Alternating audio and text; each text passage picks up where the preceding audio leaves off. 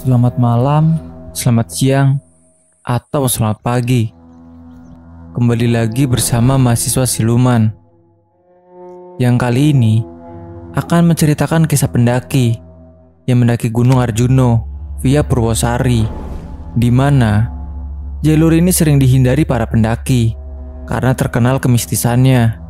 Karena di setiap pos pasti kita akan berjumpa dengan makam dan tempat pemujaan. Bagi para pendaki yang suka dengan tantangan, mungkin bisa dicoba lewat jalur ini. Pada kisah kali ini, sebut saja Wahyu Subuh, pendaki bersama dua temannya, Osi dan Mamat, yang mengalami banyak kejadian aneh, seperti bertemu banyak penduduk desa yang konon desa itu telah hilang dan hancur karena musibah. Jadi seperti apa kisah lengkapnya? Langsung saja kita ke cerita. Namun sebelum itu, jangan lupa subscribe dulu channel ini dan aktifkan tombol notifikasinya. Siapkan juga posisi rebahan, mata memejam, dan sambil membayangkan apa yang dialami cerita kali ini. Selamat mendengarkan.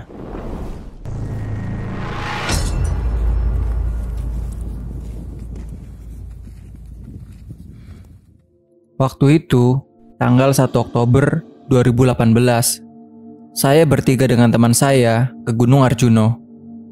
Dia ngajakin saya mendaki ke Gunung Arjuno via Purwosari. Ini kali kedua kami ke Gunung Arjuno. Sebelumnya, kami naik via Tretes. Nggak ada yang menarik di sini selain jalur Makadaman yang panjang, menanjak, dan menyiksa. Apalagi pas di Tanjakan Asu. Nggak tahu Tanjakan Asu itu di mana. Menurut saya, tanjakan di Gunung Arjuna via Tretes itu semuanya asu, bikin emosi. Hehehe. Teman saya, Ozi, dapat cerita dari temannya, asal Malang. Dia bilang, naik Arjuno itu lebih asik kalau via Purwosari. Jalurnya enak, masih sepi, dan banyak sekali petilasan peninggalan sejarah. Ozi pun penasaran ingin mencoba jalur yang diceritakan temannya. Dia pun menghubungi saya via chat, ngajakin nyoba jalur Purwosari. Dia menceritakan apa yang sudah diceritakan temannya kepada saya. Karena hasutan dan bujukan rayuan dari dia, saya pun setuju untuk ikut. Karena rumah kami beda kota, kami pun janjian di terminal Bungurasih, Surabaya. Dia berangkat dari Semarang, sedangkan saya dari Madiun.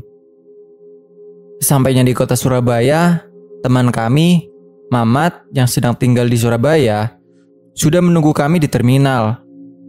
Kami pun berangkat bertiga menuju ke Purwosari, naik bus jurusan Malang, dan turun di pasar Purwosari. Kemudian berlanjut naik ojek menuju lokasi pendakian. Sesampainya di lokasi pendakian, jam 9 malam, kami pun istirahat sejenak, mengecek kembali logistik dan barang bawaan kami, lalu mengisi perut. Kami mulai start jam 11 malam. Jalan melewati kebun kopi dan hutan pinus. Setengah jam kami jalan, kami melihat pos perizinan pendakian. Pos perizinan ini bangunannya sangat sederhana, terbuat dari kayu semi terbuka dan ada gapura terbuat dari bambu sebelum memasuki pos perizinan. Ketika kami sampai di depan gapura, saya melihat ke atas gapura. Nggak sengaja, lampu headlamp saya menyorot ke sesuatu. Nggak tahu itu apa. Seperti orang, tapi badannya penuh bulu dan kekar. Postur tubuhnya tinggi besar. Dia sedang tiduran di atas gapura. Dia kaget karena kena cahaya headlamp saya dan headlampnya Ozi, yang kebetulan juga melihat ke arah atas. Dia langsung bangun melihat kami. Wajahnya juga dipenuhi bulu. Tahu kerak sakti kan? Nah, hampir mirip kayak gitu. Dia langsung bangun dan melompat ke atas pohon cepat sekali. Saking cepatnya, daun yang senggol sama dia sampai nggak gerak. Lalu kami break di pos perizinan sambil ngurus izin pendakian. Mamat daftar ngurus perizinan, sedangkan saya dan Osi duduk di balai-balai yang terbuat dari bambu. Yuk, kamu tadi tahu di atas gapura tadi ada apa? Tanya Ozi. Apaan ya itu? Masa lutung? Saya pun balik bertanya. Masa lutung segede manusia? Ujar Ozzy. Terus itu apa? Kayak keras sakti ya? Hehe, jawabku. Gak tau lah itu apa. Semoga saja gak ada apa-apa. Berangkat pulang kita selamat, ujar Ozzy. Jangan cerita ke Mamat, dia kan parnoan. Kalau ngerute malam nanti heboh, geger, malah merepotkan. Nih udah selesai registrasi. Ini gimana? Lanjut apa break dulu? Tanya Mamat. Break aja dulu. Minum teh panas dulu, dingin banget soalnya, jawab Ozzy. Kami pun beristirahat di sini setengah jam. Kemudian melanjutkan perjalanan jam 12 malam. 1 jam kami berjalan, sampailah kami di tempat yang bernama Gua Ontoboga. Tempat ini begitu gelap dan sepi. Hanya ada beberapa ekor anjing yang tiba-tiba menggonggong saat kami lewat. Kami jalan menelusuri tempat ini. Di sini ada bangunan seperti rumah, mungkin tempat orang-orang berziarah. Lalu ada bangunan terbuka dengan cungkup di atasnya. Di dalam bangunan itu ada lubang yang tidak terlalu lebar, mungkin cukup untuk 1 orang. Di depan gua itu ada bunga-bunga dan sesajen, juga dupa. Di sini bau wangi dupa sangat menyengat, asli bikin merinding. Gua Ontoboga ini berdasarkan nama tokoh pewayangan. Dia adalah dewa berwujud naga yang menguasai dasar bumi. Dengan suasana yang sedikit horor, kami nggak ingin berlama-lama di sini.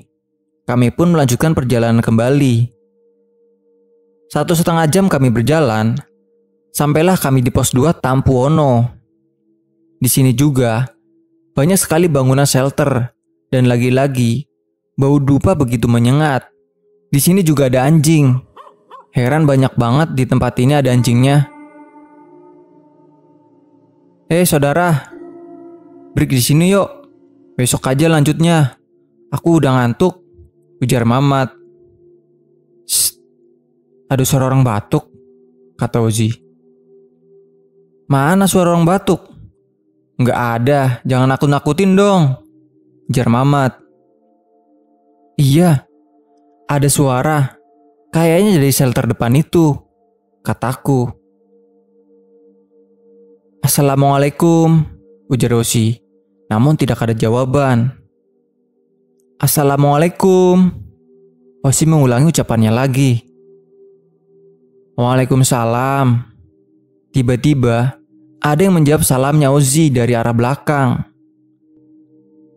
Kami pun kaget karena ada seseorang berdiri di belakang kami. Pak, ujar Ozzy. Mau naik toleh? Tanya bapak itu. Iya pak, tapi ini mau ngecamp di sini. Teman saya sudah kecapean, jawab Ozzy. Ngecamp di shelter sana aja loh, bareng sama saya. Gak usah mendirikan tenda, gabung aja sama saya. Di dalam sana banyak orang-orang teman-teman saya juga. Oh iya pak, ini bapak apa juga mau ke puncak? Tanya Ozzy. Enggak, saya nyepi di sini. Paling naik ya cuma sampai Mahkutoromo, lalu turun lagi. Saya sudah 3 minggu di sini, jawab bapak itu. Kami pun masuk ke dalam shelter. Kami diberi mie instan dan kopi sama bapak itu. Selesai makan, kami pun tidur. Keesokan harinya, kami melihat-lihat Tampuono ini. Di sini enak banget, tempatnya bersih, asri, karena ada banyak pohon-pohon besar dan di belakang shelter ada kebun kopi. Ada beberapa petilasan juga di sini. Petilasan yang pertama, yakni petilasan yang biasa, dengan jalan setapak serta di kiri kanan jalannya dibentuk taman-taman yang sangat rapi dan bersih.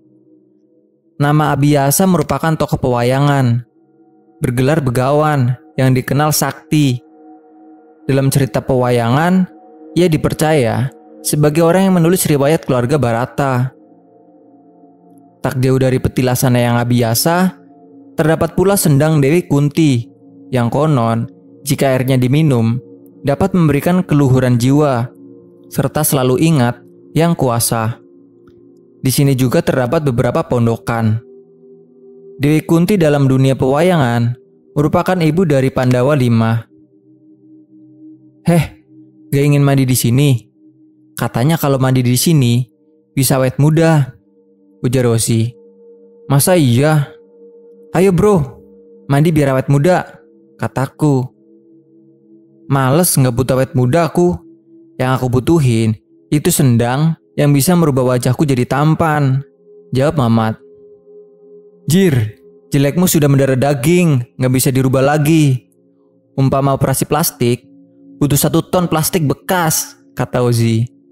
"Mulutmu itu kok menyebalkan sekali. Emang wajahku tempat sampah apa?" jawab Mamat.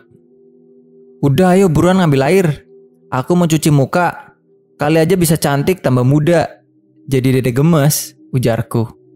Kami pun mengisi botol air kami dengan air sendang dan mencuci muka, tangan, dan kaki di pancuran. Setelah itu, kami kembali ke shelter, lalu packing, dan melanjutkan perjalanan. "Pak, kami mau pamit, mau jalan lagi. Soalnya, takutnya nanti keburu panas," kata Mamat.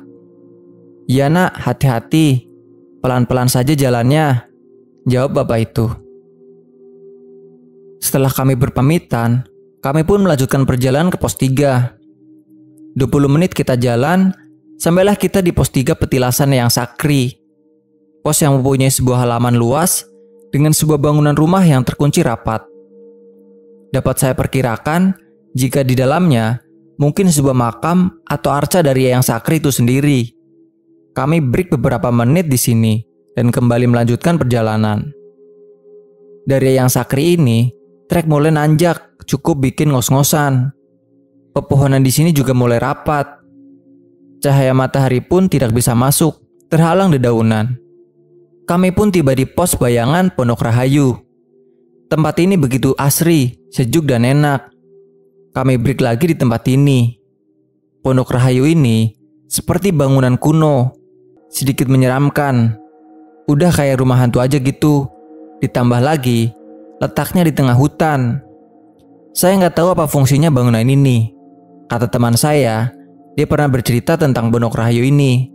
Katanya, dulu tahun 2000-an, maaf, saya lupa tepatnya 2000 berapa. Ada temannya yang hilang di lokasi ini, dan sampai sekarang belum juga ditemukan jasadnya. Teman saya Ozi masuk ke dalam pondok itu. Karena saya juga penasaran dengan apa yang ada di dalam pondok itu, saya pun juga ikut masuk. Di dalam pondok ini sangat bersih, bahkan hampir tidak ada kotoran sama sekali. Awal masuk pondok ini itu dingin gitu, tapi lama-lama atmosfernya jadi nggak enak. Kalau dilihat sekilas, nggak ada apa-apa di sini, cuman bangunan kosong aja. Kira-kira 10 menitan kami berada di dalam pondok ini, kami pun keluar. "Hawanya nggak enak ya di dalam sana. Ini bangunan buat apa ya?" tanyaku. "Iya bu, teman saya Ozi ini memang lebih sering memanggil saya Subuh daripada manggil Wahyu." "Iya bu, kalau menurutku sih tempat ini itu dulu dibuat padepokan. Belajar silat kayak gitu loh bu. Kayaknya sih," jawab Ozi. "Kata temanku mas, dulu di sini temennya dia ada yang masuk pondok ini, terus hilang. Sampai sekarang belum ketemu. Udah bertahun-tahun, jasadnya gak ketemu, hilang musnah gitu aja," ujarku. Emang di dalam sana itu kalau dilihat sekilas seperti biasa aja, gak ada yang aneh. Tapi sebenarnya di dalam situ loh bu, sebelah selatan mentok pojok, yang ada kayak rak-rakan itu loh. Di bawah sana itu ada sesuatu seperti tempat buat muja. Ada dupa-dupanya. Kalau yang gak tahu gitu, biasa diinjak karena gak kelihatan, jawab Ozi. Teman saya Ozi ini, dia memang sensitif pada hal-hal yang tak kasat mata. Kami pun menyempatkan mengambil foto di depan Pondok Rahayu ini. Pas giliran saya yang difoto sama Ozi, pertama itu pondoknya kelihatan. Tapi saya yang berdiri di depan pondok gak kelihatan. Kayak gak ada orang. Kok aneh ya bu? Kamu kok gak ada di foto? Hanya kelihatan pondoknya aja, ujar Rozi sambil memperlihatkan jepretannya. Hi, iya, kok aneh ya, ujarku. Sebentar, coba diulang. Mungkin ini karena masih memproses. Terus HP-nya aku geser. Jadi kamu jadi hilang, jawab Ozi. Kami pun mengulangi mengambil foto di depan pondok 2 kali. Namun, masih tetap sama. Dan yang ketiga kali, akhirnya gambarku ada. Setelah itu, kami bergegas melanjutkan perjalanan. Treknya nanjak terus, bikin dengkul lemes.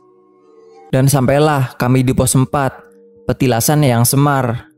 Konon, katanya merupakan tempat moksa atau menghilangnya Eyang Semar yang merupakan penasihat kepercayaan Raden Arjuna. Ada sebuah arca berselimut kain putih yang menghadap ke timur yang dipercaya sebagai perwujudan Eyang Semar itu sendiri. Kami pun break lagi di sini melepas lelah. Kami melihat arca-arca Eyang Semar ini. Heh bro, arca yang ini jidatnya kayak benjol, habis kebentur gitu ya, hehe, ujarku.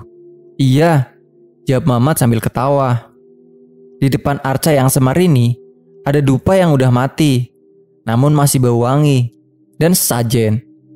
Di sebelah kiri, arca ini ada bunga sedap malam yang udah mulai layu. Ini kenapa kok dibungkus kain putih? Kayak gini patungnya, tanyaku. Biar gak kedinginan bu, jawab Ozi. Ada tititnya mungkin, jawab Mamat sambil ketawa. Kami pun mengambil foto juga di sini, lalu pergi mengambil air. Di dalam salah satu shelter ini ada keran air. Selesai mengisi botol air, kami pun duduk di depan teras shelter ini sambil makan roti untuk mengisi perut kami. Kemudian datanglah orang berpakaian serba hitam. Orang yang kami temuin di pos 2 tadi pagi. Tapi kami belum sempat ngobrol dengannya. Ozi ngobrol sama bapak itu. Dia bilang, dia sedang nyepi di tempat ini. Dia di sini 4 tahun. Kalau saya nggak salah denger. Soalnya, saya nggak begitu memperhatikan obrolan mereka. Mau kemana pak? Tanya Ozi. Mau naik ke Mahkota Romo, mau nyepi. Tapi soan dulu sebentar di Eyang Semar, jawab Pak Andik. Pak, saya boleh ikut pak, ingin lihat, ujarku. Ya nggak apa-apa kalau ingin ikut. Ya ayo sekalian berdoa biar dilancarkan pendakiannya. Berangkat pulang selamat, ujar Pak Andik. Gimana bro? Tanyaku. Ya udah ayo nggak apa-apa, jawab Ozi. Kami pun ikut Pak Andik pergi ke arca Eyang Semar. Pak Andik pun duduk bersila di depan arca Eyang Semar. Sedangkan kami duduk di belakangnya Pak Andik. Pak Andik pun mulai menyalakan dupa dan mulai membaca rapalan-rapalan doa, sedangkan kami hanya duduk diam sambil memperhatikan apa yang dilakukan Pak Andik. Ketika Pak Andik berdoa, kami pun hanya mengamini, dan tiba-tiba suara Pak Andik berubah jadi agak berat. Dia tiba-tiba mengulurkan tangannya ke belakang tanpa balik badan sambil mengerang-erang. Dengan suara berat. Loh mas, itu kenapa? Tanyaku sedikit kebingungan. Tapi Ozi menjawab pertanyaanku. Dia langsung memegang tangannya Pak Andik. Namamu siapa Le? Tanya Pak Andik. Saya Ozi, jawab Ozi. Kenalkan, aku Eyang Semar, penunggu tempat ini. Ini Andik yang saya percaya mengurus tempat ini, ujar Pak Andik. Eyang Semar atau siapa sih? Bingung saya. Iya mbah, jawab Ozi. Kemudian, Pak Andik melepaskan tangannya dari Ozi dan diarahkan kepadaku. Mas, gimana mas? Tanyaku. Salaman bu, jawab Ozi. Saya pun mengulurkan tangan saya dan memegang tangannya Pak Andik dengan rasa takut. Pas saya menyalami dia, tangan saya langsung dipegang, digenggam erat, terasa sedikit sakit. Namamu siapa Ngir? Tanya Pak Andik. Wahyu mbah, jawabku. Kamu tahu Nduk, kamu itu sudah mengganggu tempat ini, kata Pak Andik sambil melepaskan genggaman tangannya. Maaf mbah, saya mengganggu bagaimana ya? Tanyaku dengan sedikit takut dan deg-degan. Kamu ada di sini itu sudah buat masalah. Ada penghuni sini yang suka sama kamu, lalu mau ikut sama kamu. Kamu itu sebenarnya cantik, Duk. Tapi badanmu itu kotor. Bukan kotor pakaiannya. Kamu harus dirawat di Sindang Madrim. Nanti ikutlah sama Andik, biar diruat badanmu, dibersihkan di Mahkotoromo, ujar Pak Andik. Iya mbah, jawabku. Ya udah, kalau begitu saya pamit. Kamu nanti ikut sama Andik ya, ujar Pak Andik sambil mengulurkan tangannya. Ozi pun mencium tangan Pak Andik, dan kami pun juga melakukan hal yang dilakukan Ozi. Kemudian, Pak Andik pun melakukan gerakan, seperti menarik nafas dalam-dalam, kemudian memukul dadanya, dan dia pun berbicara seperti semula. Tadi yang Semar, ngomong apa ya? Tanya Pak Andik. Ngomong, katanya, teman saya, Wahyu ini harus dirawat di Mahkotoromo, karena ada yang ikut, jawab Ozi. Iya pak, katanya badan saya itu kotor. Maksudnya gimana ya pak? Tanyaku. Ya, di dalam tubuhmu itu ada isinya, jawab Pak Andik. Mendengar jawaban Pak Andik, saya seketika galau. Jadi kepikiran apa yang di dalam badan saya itu. Hei bro, di dalam tubuhku kotor itu ada apanya ya? Tanyaku. Ada sama belukarnya mungkin, jawab Mamat sambil ketawa. Matamu, jawabku. Udah gak usah dipikir. Bapaknya itu mungkin cuma mengada-ngada. Gak ada apa-apa sebenarnya, ujar Rozi. Iya toh? Tanyaku. Iya. Yaudah gak usah dipikir, kalau kamu mikirin terus, lamun malah bisa kesurupan nanti, ujar Rozi. Kami pun terus jalan mengikuti Pak Andik yang jalan begitu cepat. Jalanan kembali menanjak tajam dengan kemiringan yang curam. 30-45 menit perjalanan yang harus ditempuh hingga pendaki tiba di sebuah pelataran luas dengan sebuah punden berundak yang berada tepat di tengah-tengah. Kibaran bendera berwarna hijau nampak menghiasi punden ini. Sesaji dan dupa pun berderet mengelilingi punden yang nampak sangat keramat ini. Konon, di punden inilah dahulu Dewa Wisnu sering melakukan pertapaan. Di tempat ini juga tempat turunnya Wahyu Mahkotoromo dan tempatnya Raden Arjuna bertempur dengan Adipati Karna dan para Kurawa memperebutkan Wahyu Mahkotoromo yang dimenangkan oleh Raden Arjuna. Wahyu Mahkotoromo sendiri adalah wahyu yang akan diturunkan dari langit untuk bekal raja untuk mengatasi kondisi negara yang sedang mengalami bencana dan malapetaka. Segala tatanan negara sedang semrawut untuk menciptakan perdamaian. Karena di tempat inilah konon Wahyu Mahkotoromo turun, maka tempat ini dinamakan Mahkotoromo. Saya masih penasaran dengan ucapan Pak Andik yang mengatakan badan saya kotor. Kata-kata ini benar-benar mengganggu pikiran saya. Saya pun menanyakan hal itu lagi pada Pak Andik untuk lebih jelasnya. Pak, yang dimaksud badan saya kotor itu bagaimana ya? Ya, di dalam badanmu itu ada isinya, entah apa itu. Diisi dari mbahmu, entah itu dari moyangmu dulu. Gara-gara itu, di sini ada yang mau ikut sama kamu karena menyukai kamu, ujar Pak Andik. Mendengar jawaban Pak Andik, seketika saya teringat dengan kakek saya yang meninggal beberapa waktu yang lalu. Dulu, beliau waktu muda pernah mempelajari ilmu kejawen. Kakek saya pernah mengalami mati suri. Ketika itu beliau sakit, kemudian meninggal. Ketika sedang menunggu waktu mau dimandikan, kakek saya tiba-tiba menggaruk-garuk pantat, kemudian bangun, lalu jalan ke kamar mandi, pipis, kemudian bertanya pada orang-orang, ada apa kok ramai-ramai? Orang-orang yang pada ngelayat auto bingung. Setelah mengalami mati suri itu, kakek saya jadi sedikit aneh.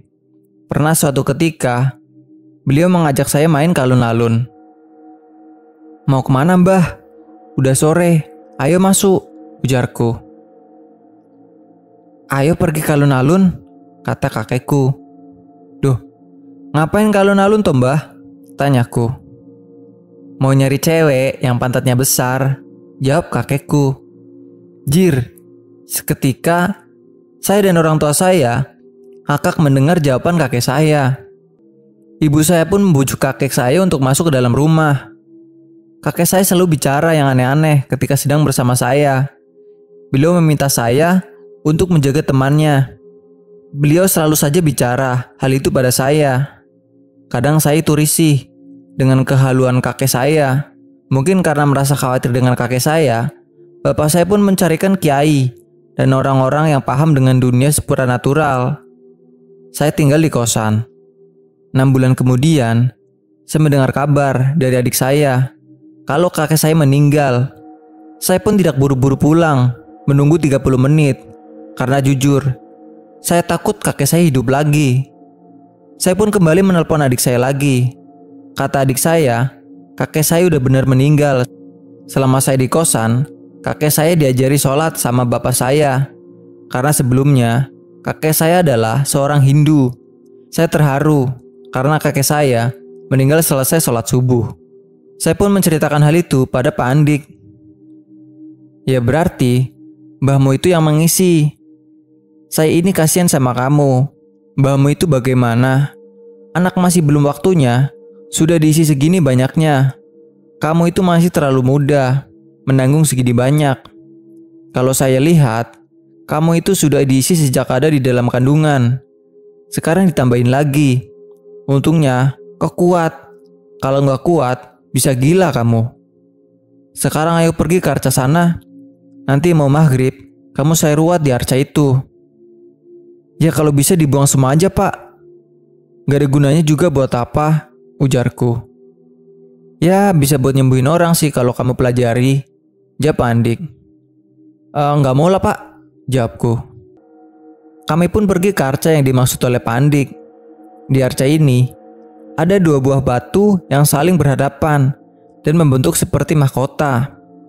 Pak Andik dan saya duduk di atas batu, sedangkan Ozi diminta Pak Andik berdiri di belakangku untuk berjaga-jaga kalau saya jatuh ke belakang. Saya duduk bersila di depan Pak Andik, sementara Pak Andik mulai menyalakan dupa dan membaca doa, lalu memegang kening saya, kemudian mengeluarkan keris dan menempelkan ke perut saya. Saya langsung seketika batuk. Ozi memegangi pundak saya. Setelah kira-kira 15 menitan lah kemudian selesai dan kami pun kembali ke shelter. Sambil menunggu waktu maghrib, saya dan teman-teman saya pun berkeliling melihat-lihat arca-arca yang ada di dalam mahkota Romo. Di shelter ini ada 2 orang lagi, satu ibu-ibu dari Jakarta yang katanya mau nyepi di sana, tirakat untuk anak-anaknya, bersama dengan temannya Pak Andik yang sedang menemani ibu itu menyepi.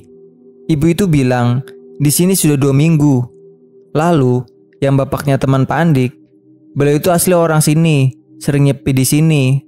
Kebetulan, ini bulan Suro. Dia berada di sini sampai habis bulan Suro. Kami pun membantu temannya Pak Andik mencari kayu bakar di dekatnya Candi Sepilar, yang tidak jauh dari mahkota Romo. Dibutuhkan waktu 15 menitan, maka sudah sampai di sini. Ada 3 buah arca dengan wajah yang menyeramkan.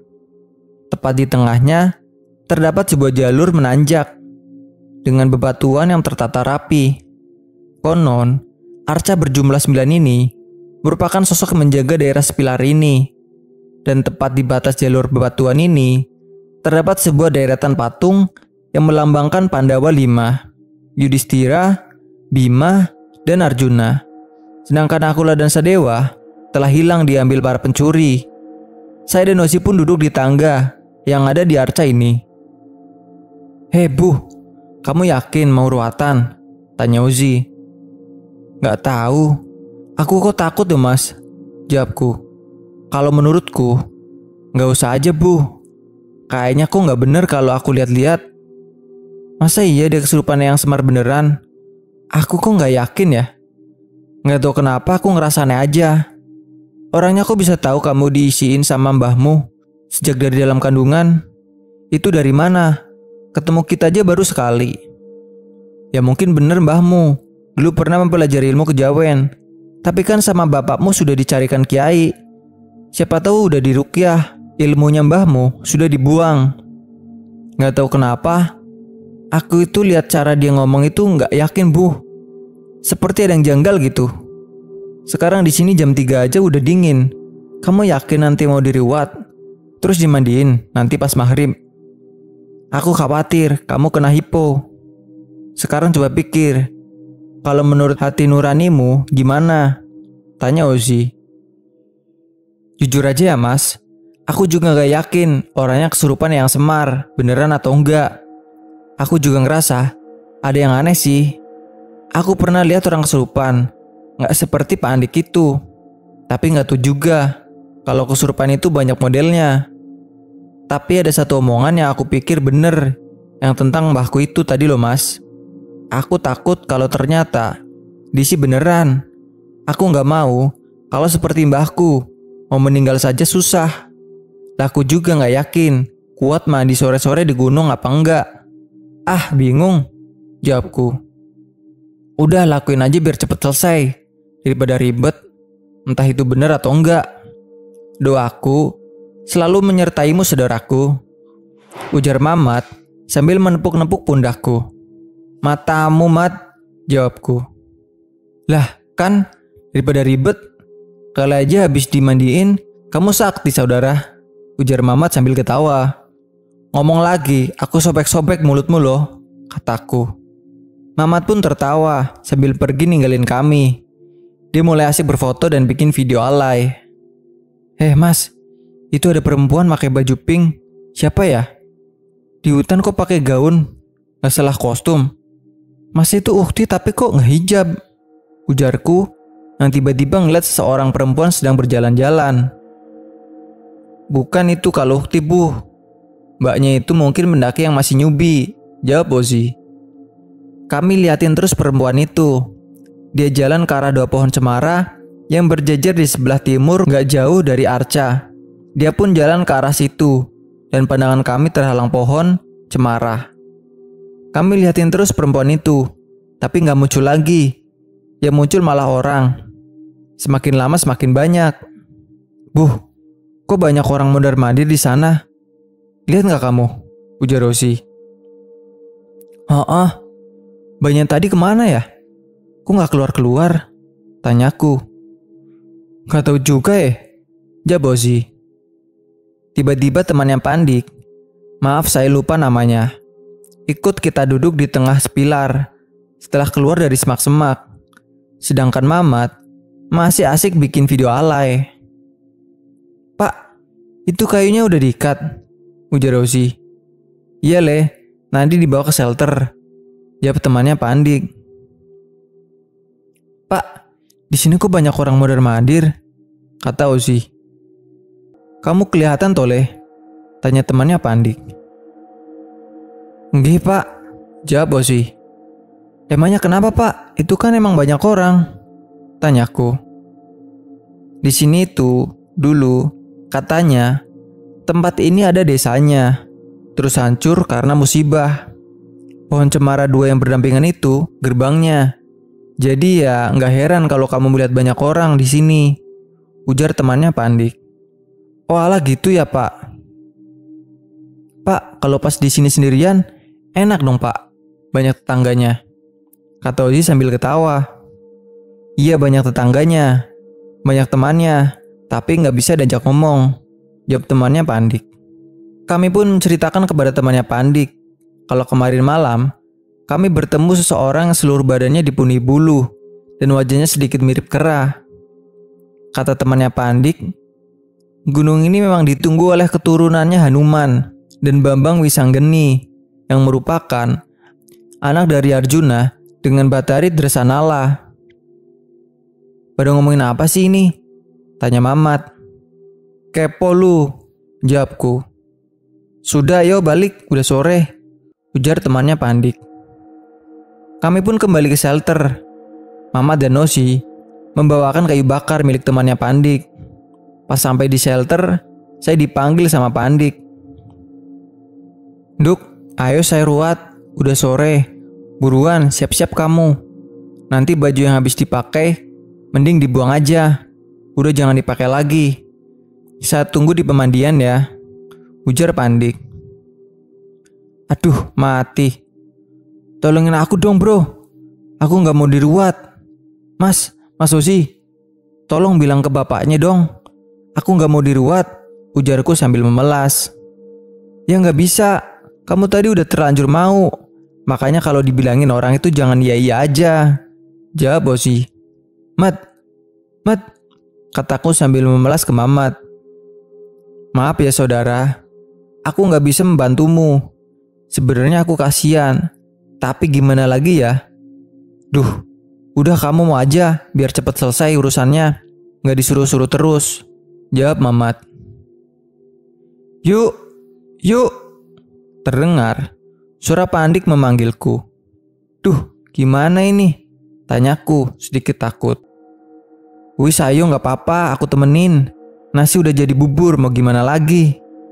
Aku tungguin nanti. Kalau orangnya kurang ajar sama kamu, aku hajar dia," kata Ozi. "Iya saudara, tenang aja, kita jagain," ujar Mamat. Saya pun menghampiri Pak Andik, ditemani Ozi dan Mamat. Sesampainya di pemandian, Pak Andik baca doa. Lalu saya dimandiin air kembang sama Pak Andik. Masya Allah.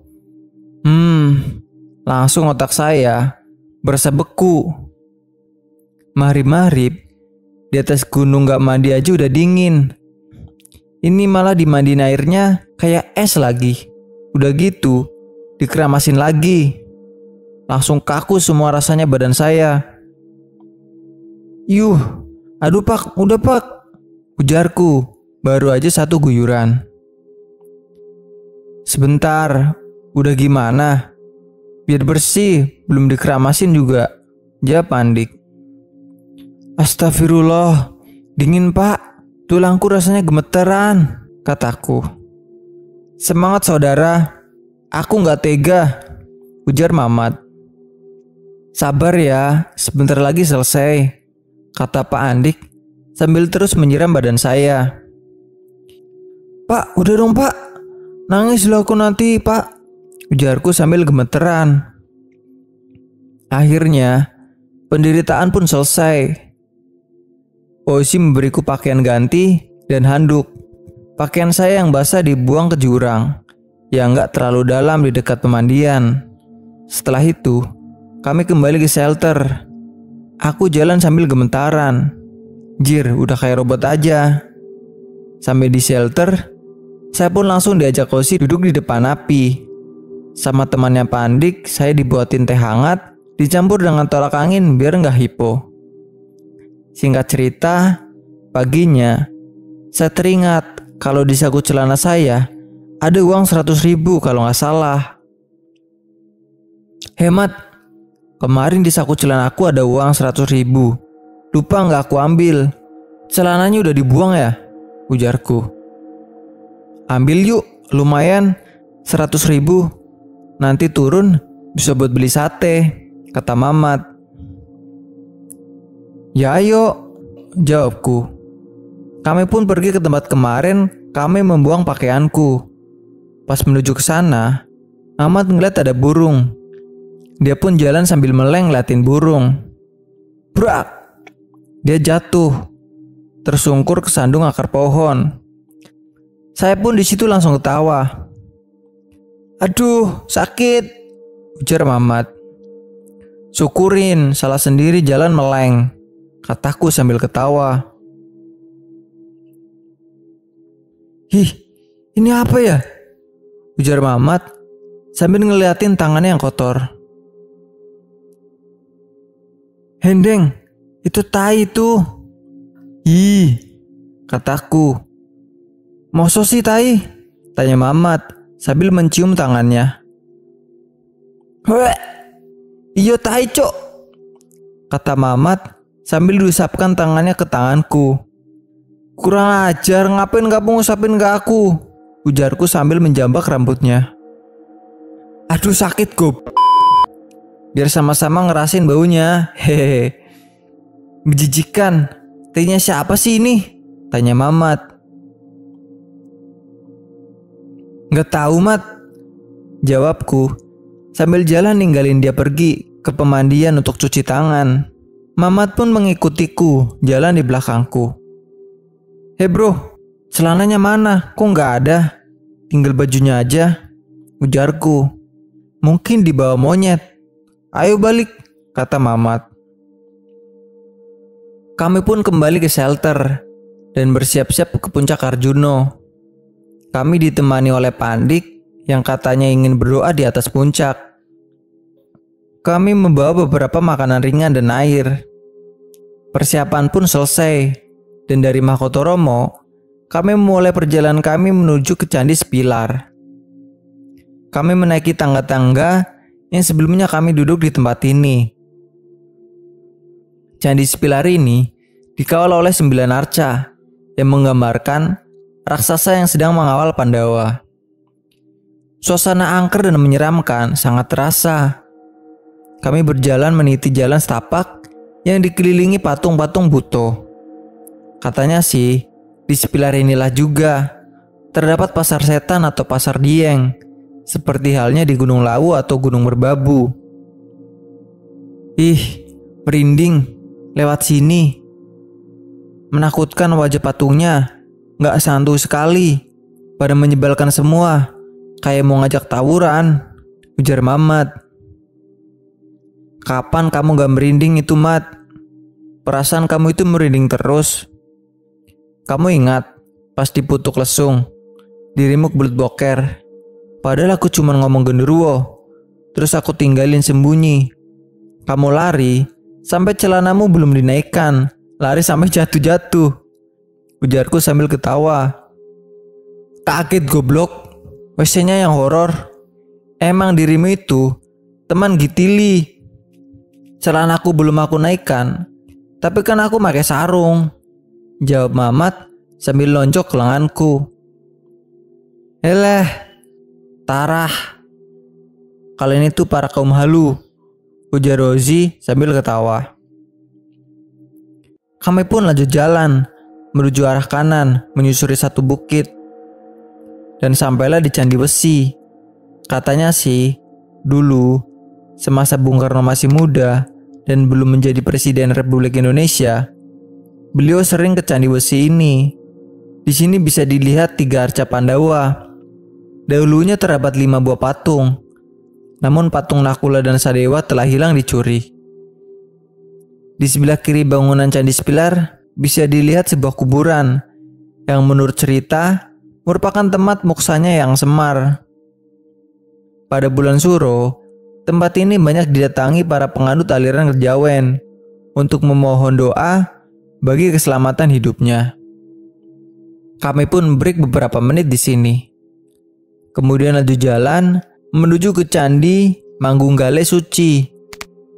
Candi ini hanyalah sebuah batu yang ditata seperti pondasi, yang di atasnya terletak sebuah marmer yang bertuliskan huruf Jawa, dan di bawahnya lagi tertulis Suradira Jaya Diningrat, Lebur Dining Pangastuti, yang artinya kejahatan pasti kalah oleh kebaikan. Dan di bawah tulisan ini tersebutlah nama Maharesi Agung Prawira Harjana. Katanya sih, dia ini adalah pengikut setia Bung Karno. Dari Candi Manunggale Suci, kita berjalan ke arah kiri mendaki Bukit Terjal di antara pohon-pohon pinus dengan menyusuri punggungan bukit. Jalan setapak berada di pinggiran jurang dalam yang berbatuan, dan deru angin kencang serta kabut yang sering muncul menambah seramnya suasana. Mendaki di jalur ini harus ekstra hati-hati. Setelah berjalan sekitar 1 jam, kita berbelok ke kanan mengikuti alur punggung bukit yang semakin terjal dan berbatu-batu. Dari tempat ini kita bisa melihat jurang dalam yang sangat indah. Saya dan Pandik jalan duluan, sedangkan Ozi dan Mamat tertinggal jauh di belakang. "Buh!" terdengar suara Ozi memanggilku. "Ayo, aku tungguin di sini," jawabku sambil teriak. Saya menunggu Mamat dan Ozi beberapa menit, sedangkan Pak Andik jalan duluan. Heran, dia kok bisa jalan secepat itu, padahal treknya nanjak kayak nggak punya capek.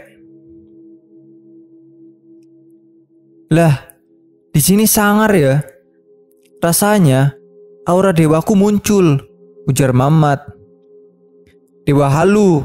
tanyaku. "Kurang ajar. Sekarang aku itu udah jadi dewa," jawab Mamat. "Sejak kapan jadi dewa? Kok aku nggak tahu?" tanyaku. "Semenjak kita naik ke Semeru. Sejak itu aku udah jadi dewa," jawab Mamat. "Kok bisa?" tanyaku lagi. "Ya iyalah, kan puncak Semeru itu puncaknya para dewa. Pas aku udah sampai puncak para dewa, aku jadi dewa dong. Kamu kalau manggil aku gak boleh Mamat, harus Dewa Mamat," jawab Mamat. Saya pun ketawa mendengar ucapannya Mamat. "Hah, semerdekamu lah bro. Ayo dewa, lanjut," ujar Ozi sambil ketawa terbahak-bahak. Kami pun melanjutkan perjalanan dengan berjalan sekitar 2 jam menyusuri punggung bukit yang berbatuan. Kita akan sampai di pertemuan 2 buah punggung bukit. Kemudian kita menyusuri lereng jurang yang mengitari puncak Arjuna. Setengah jam kemudian, dengan mengitari puncak Arjuna yang banyak batu-batu besarnya, selanjutnya kami harus menempuh padang rumput yang banyak ditumbuhi bunga edelweiss dan cantigi. Saya dan Mamat jalan sambil makan nyembilin daun cantigi yang masih muda. Udah kayak wudhu saja kita. Jalur ini sangat terjal, melintasi tanah yang berdebu. Sekitar setengah jam, kita akan sampai di puncak Gunung Arjuna yang disebut Puncak Ogalagil atau Puncak Ringgit. Sebelumnya, kita harus melewati batu-batuan yang berserakan. Para beziarah membangun undak-undakan yang tersusun dari batu-batuan andesit yang ditata rapi untuk melangkah ke puncak Gunung Arjuna. Dan sampailah kami di puncak. Pak Andik berdoa. Kami mulai mengalai di puncak. 1 jaman kita berada di sini dan kembali turun ke shelter. Mamat sama Pak Andik udah ngacir duluan. Saya sama Ozi tertinggal jauh di belakang. Jam menunjukkan pukul 4, kami sampai di alas Lali Jiwo. Hutan angker yang menurut ahli spiritual, daerah ini banyak dihuni oleh para jin. Menurut kepercayaan setempat, orang yang mempunyai niat jahat ketika melewati daerah tersebut akan tersesat dan lupa diri. Di hutan ini juga terkadang terdengar suara gamelan. Katanya sih, kalau kita mendengar suara gamelan, berarti penghuni sini sedang ngunduh mantu. Jika kita melewati tempat ini dan mendengar gamelan, sebaiknya jangan melanjutkan perjalanan karena bisa tersesat. Sampai di alas Lali Jiwo, saya merinding. Tiba-tiba kabut perlahan-lahan turun. Ya ampun, makin seram aja hutan ini. Bulu kuduku berdiri. Kami pun mempercepat langkah untuk menyusul Mamat dan Pak Andik. Dan kami pun sampai di shelter istirahat sejenak. Lalu packing. Habis sholat maghrib, kami turun. Kami sempat ditahan sama Pak Andik dan temannya juga, sama ibu yang ada di sana. Tapi karena Ozi harus segera kembali ke Semarang dan Mamat yang juga harus kerja, kami pun memutuskan untuk pulang hari itu. Jalan malam hari melewati situ-situ situ, rasanya tegang mulu yang ada. Apalagi pas lewat Pondok Rahayu yang angker. Masya Allah, spot jantung. Si Mamat yang penakut, dia gak mau jalan baris, dia maunya jalan jejeran. Kalaupun baris, dia mintanya di tengah, gak mau di depan atau belakang. Saya terjatuh karena berhenti mendadak. Saya kaget karena tiba-tiba ada bayangan hitam melintas kelebatan di depan saya. "Gak apa-apa, Bu?" tanya Uzi. "Gak apa-apa. Itu tadi apa ya?" tanyaku. "Gak apa-apa. Mereka baik kok, gak ganggu kita. Mereka cuma ngawasi kita aja." "Kalian lihat apa, saudara-saudara?" tanya Mamat. "Udah, ayo jalan," ujar Uzi. Kami pun lanjut jalan. Sampai di Pitelasan yang Semar, kami ketemu orang rombongan 5 orang sedang berada di dalam shelter. Kami pun gabung numpang istirahat dengan mereka. Kami kira mereka pendaki yang mau naik ke atas. Ternyata mereka itu peziarah yang sedang menyepi di sini. Mereka memberi makanan. Setelah beberapa menit kami di sini, kami pun pamit lanjut jalan lagi. Sampai di pos 2, ya Allah, makin merinding aja saya. Bau dupa sangat menyengat. Ketika di pertengahan antara pos 2 dan pos 1, setelah melewati Candi Kursi, Uzi gak kuat jalan. Tiba-tiba dia lemas. Katanya, tasnya semakin lama semakin berat. Kami pun break di area kebun kopi. Saya dan Osi pun tukeran tas. Dia bawa tas saya yang lebih ringan. Dan ternyata benar, tasnya Ozi makin lama makin berat. Kami break lagi, dekat Goa Antaboga. Kami duduk berdoa, membaca ayat-ayat yang kami bisa. Dan tasnya Ozi pun beratnya kembali normal. Sampainya di base camp, kami numpang nginap di sini. Dan keesokan paginya, kami pulang. Sampai di kosan, ada yang aneh. Celana yang kupakai tiba-tiba di jemuran. Entah itu celana aku atau celana teman kosku yang mirip dengan punyaku. Saya gak berani ngecek. Akhirnya saya biarkan aja di situ sampai 3 hari. Hilang sendiri. Pas saya pulang ke rumah, kaos yang saya buang juga tiba-tiba ada di lemari saya dan masih kotor. Bekas tanahnya pun masih menempel. Saya cerita pada orang tua tentang pertemuan saya dengan Pak Andik. Kemudian, bapak saya membakar baju saya dan saya pun dibawa ke kiai untuk diruqyah. Tamat.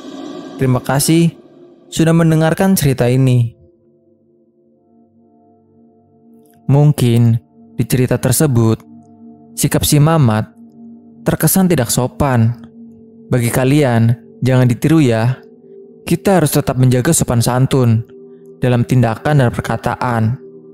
Hindari tindakan-tindakan yang membuat kita bakal diganggu di gunung. Dan jika kalian punya cerita seram, seru atau mistis yang ingin kalian bagi, kalian bisa kirim cerita kalian melalui DM Instagram atau kirim melalui email yang tertera di bawah. Jangan lupa like dan share-nya. Sampai jumpa di video kami selanjutnya. Salam lestari, mahasiswa siluman.